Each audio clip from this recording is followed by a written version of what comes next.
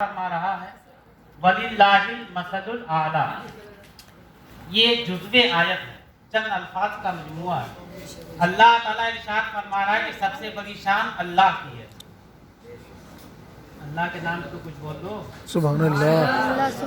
اللہ ہی نے ہم کو پیدا کیا ہے، اسی نے ہم کو عزت بخشی ہے، وہ اسی کے نام پر ہم کھا رہے ہیں، پی رہے ہیں، چل پھر رہے ہیں۔ تو جب اللہ کا نام آئے، رسول کا نام آئے تو مچل جانا چاہیے، غلامی کا یہ مقصد ہے۔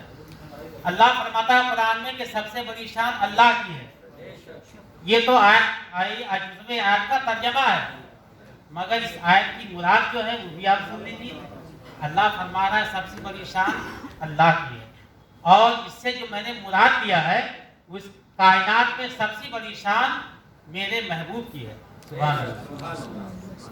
اللہ کے پیارے رسول کی شان پوری کائنات میں خدا کے بعد آمنہ کے لال کی ہے، مصطفیٰ جان رحمت کی ہے، جن کا ہم اور آپ سب کلمہ پڑھتے ہیں، نماز میں درود پاک پڑھتے ہیں، اتحیات میں نبی پر سلام بھیجتے ہیں، اور جو سچا غلام اور عاشق ہے سلام کے بعد، نماز کے بعد بھی سلام پڑھتا ہے۔ سبحان اللہ۔ اور سلام صرف بندہ ہی نہیں، یہ تو اللہ کے محبوب کی شان اتنی عرفہ و اعلیٰ ہے، یہ بڑے فخر کی بات ہے کہ اللہ تعالیٰ نے ہمیں اپنے محبوب کا امتی بنایا۔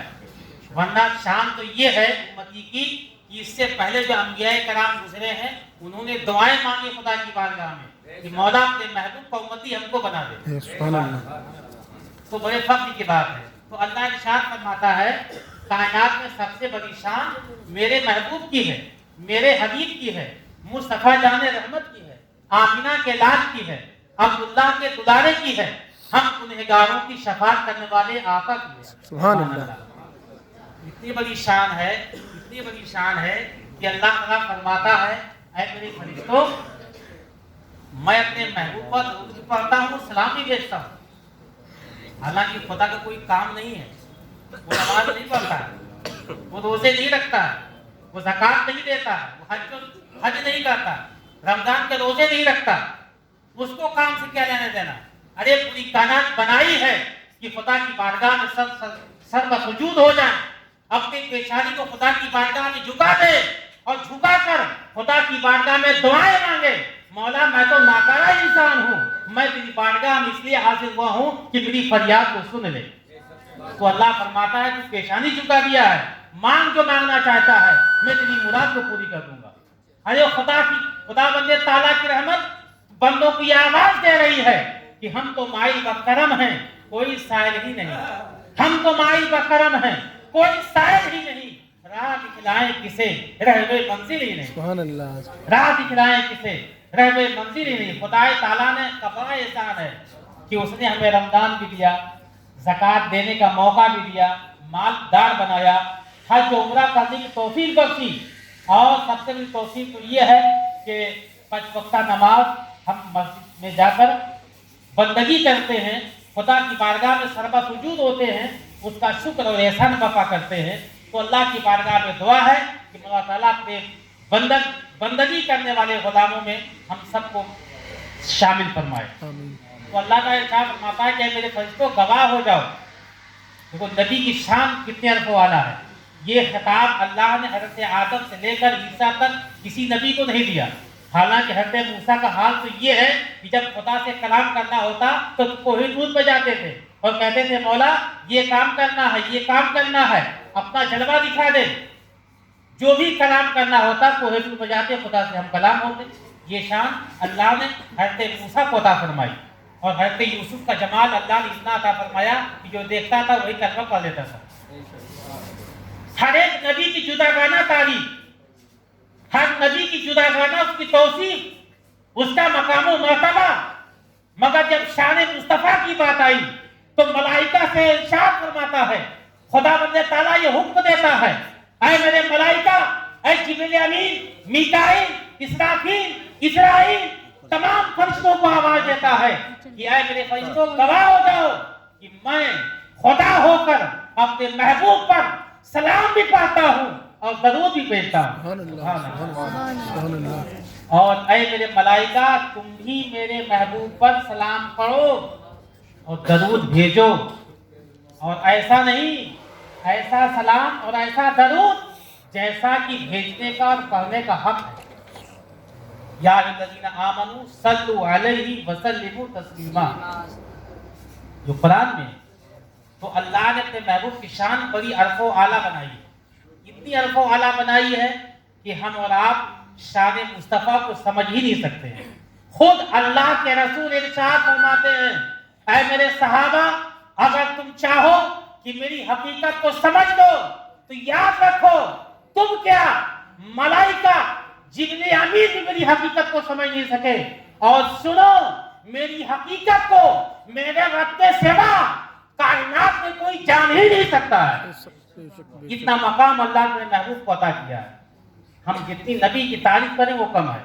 تو اللہ ارشاد فرما رہا ہے، پوری کائنات میں سب سے بڑی شان کا مالک اگر میں نے کسی کو بنایا ہے تو اپنے محبوب کو بنایا ہے۔ بے شک، تو ہر نبی اللہ کی شان ہے، ہر نبی اللہ کی شان ہے۔ حضرت آدم اللہ کی شان ہے، حضرت شیس اللہ کی شان ہے، حضرت یوسف اللہ کی شان ہے، حضرت یعقوب اللہ کی شان ہے، حضرت اسحاق اللہ کی شان ہے، حضرت لوط اللہ کی شان ہے، حضرت یحییٰ اللہ کی شان ہے، حضرت موسیٰ اللہ کی شان ہے، حضرت ابراہیم اللہ کی شان ہے، حضرت اسماعیل اللہ کی شان ہے، حضرت عیسیٰ اللہ کی شان ہے۔ حضرت آدم سے لے کر حضرت عیسیٰ تک جتنے انبیاء آئے سب اللہ کی شان ہے۔ تو پھر مصطفیٰ جان عالم کا کیا مقام ہے؟ تو اللہ ارشاد فرماتا ہے، تمام انبیاء رسول میری شان ہے اور میرا محبوب سب سے بڑی شان کا مالک ہے۔ سبحان اللہ، سبحان اللہ۔ کائنات میں سب سے بڑی شان اللہ نے اپنے محبوب کو عطا کیا ہے، سبحان اللہ۔ وَلِلَّهِ الْمَثَلُ الْأَعْلَىٰ، سب سے بڑی شان اللہ نے اپنے محبوب کو عطا فرمایا ہے۔ دیکھیے اللہ تعالیٰ نے ایک جلسہ کیا میدان محشر میں، عالم ارواح میں، اس اجلاس میں سب کو بلایا، انبیاء کے روحوں کو بلایا، حضرت آدم علیہ الصلوۃ والتسلیم سے لے کر حضرت عیسیٰ علیہ الصلوۃ والتسلیم تک سارے انبیاء کی ارواحوں کو جمع کیا، اور اللہ تعالیٰ مسند خطابت میں جلوہ فروز ہوا، خطاب فرمانے کے لیے جلوہ گر ہوا۔ سامعین انبیاء کرام کی ارواح ہیں اور کسی کو بلایا نہیں تھا تو جاتا کون؟ انبیاء کی روحوں سے خطاب کر رہا ہے۔ موضوع کیا ہے؟ شان مصطفیٰ ہے، سبحان اللہ، بہت پہ سبحان اللہ، سبحان اللہ، سبحان اللہ۔ موضوع ہے شان مصطفیٰ۔ خطیب کون ہے؟ پروردگار عالم، خالق کائنات، رب ذوالمنن، جس کا احسان پوری کائنات پر، رب تبارک و تعالی عالم ارواح میں انبیاء کے سامنے خطاب فرما رہا ہے۔ خطاب کیا ہے؟ شان مصطفیٰ۔ ابھی یہ گفتگو چل ہی رہی تھی کہ تمام انبیاء کی ارواحوں پر ایک نور کو چمکایا اللہ تعالیٰ نے۔ جب آپ نور کو چمکایا تو تمام انبیاء کی روح نے کہا ہے پروردگار یہ نور کیسا ہے؟ حالانکہ ہم سب نور ہی نور ہیں، نورانی محفل ہے، خطاب کرنے والا بھی نور اللہ نور ہے، اور جس کے سامنے خطاب ہو رہا ہے وہ بھی نور ہے، اور جو موضوع ہے، جو ٹاپک ہے وہ بھی نور اللہ نور ہے، جس کے بارے میں اعلیٰ ارشاد فرماتے ہیں کہ تیری نسل پاک میں ہے بچہ بچہ نور کا، تیری نسل پاک میں ہے بچہ بچہ نور کا، تو ہے اہل نور تیرا سب گھرانہ نور کا، تو ہے اہل نور تیرا سب گھرانہ نور کا۔ تو اللہ خطاب فرما رہا ہے، موضوع کیا ہے؟ شان مصطفیٰ۔ ابھی یہ چمکی تمام انبیاء کی روح نے کہا پروردگار یہ کیا ہے؟ اللہ ارشاد فرماتا ہے، اے انبیاء کی روحو یہ نور میرے مصطفیٰ کا ہے، سبحان اللہ، یہ نور محمد رسول اللہ کا ہے، اس نور کو میں نے سب سے پہلے تخلیق فرمایا ہے۔ اگر یہ نور نہ ہوتا تو میں لوح و قلم کو پیدا نہ کرتا، اگر یہ نور نہ ہوتا پوری کائنات کو نہ بناتا، اگر یہ نور نہ ہوتا تو شمس و قمر کا وجود نہ ہوتا، برگ و سما نہ ہوتے، شجر و حجر نہ ہوتے، لوح و قلم نہ ہوتے، جنت و دوزخ نہ ہوتی، نہ تم ہوتے، نہ تمہاری نسلیں ہوتی۔ اور یہ صدقہ ہے مصطفیٰ جان رحمت کا، جس کے نور کے چمک نے تم سب کو ڈھانپ لیا ہے۔ سبحان اللہ، بے شک، سبحان اللہ۔ تمام انبیاء کی روحوں نے اپنی گردنوں کو جھکا دیا، ادب کیا، ادب بجا لائے۔ بتانے کا مقصد یہ کہ ادب نہیں کرو گے تو کچھ نہیں بننے والا ہے۔ عبادتیں، ریاضتیں، ذکر الہی، قرآن کی تلاوت، تبلیغ، ذکر و اذکار سب منہ پہ مار دیا جائے گا جیسے اور لوگوں کے منہ پہ مار دیا گیا ہے. جنت میں کر دیے گئے اور جب ہم وہی کام کریں گے تو اندر کیسے جائیں گے؟ تو ادب کا دائرہ تو یہ بتاتا ہے کہ جب اللہ خطاب کر رہا تھا، نور کو چمکایا تو تمام انبیاء کی روحوں نے گردنوں کو جھکا دیا. آپ کو معلوم ہونا چاہیے کہ جب شان مصطفیٰ کی باری آئی تو تمام انبیاء کی روحوں نے گردنیں جھکا دی. یہ تو تھی نبی کی شان، اور کائنات عالم میں ہر نبی کی امتیوں میں کچھ نہ کچھ ولی پیدا ہوئے ہیں، تو ہر ولی نبی کی شان ہوا کرتا ہے. حضرت خواجہ نبی کی شان ہے، حضرت محبوب الہی نبی کی شان ہے، حضرت خواجہ عثمان ہارونی نبی کی شان ہے، حضرت جنید بغدادی خدا کے محبوب کی شان ہے، حضرت سدی سبتی جنید بغدادی، بابا فرید، صابر پاک، مخدوم اشرف سمنانی کی چوجوی، تمام کائنات میں جتنے ولی ہیں یہ سب نبی کی شان ہے.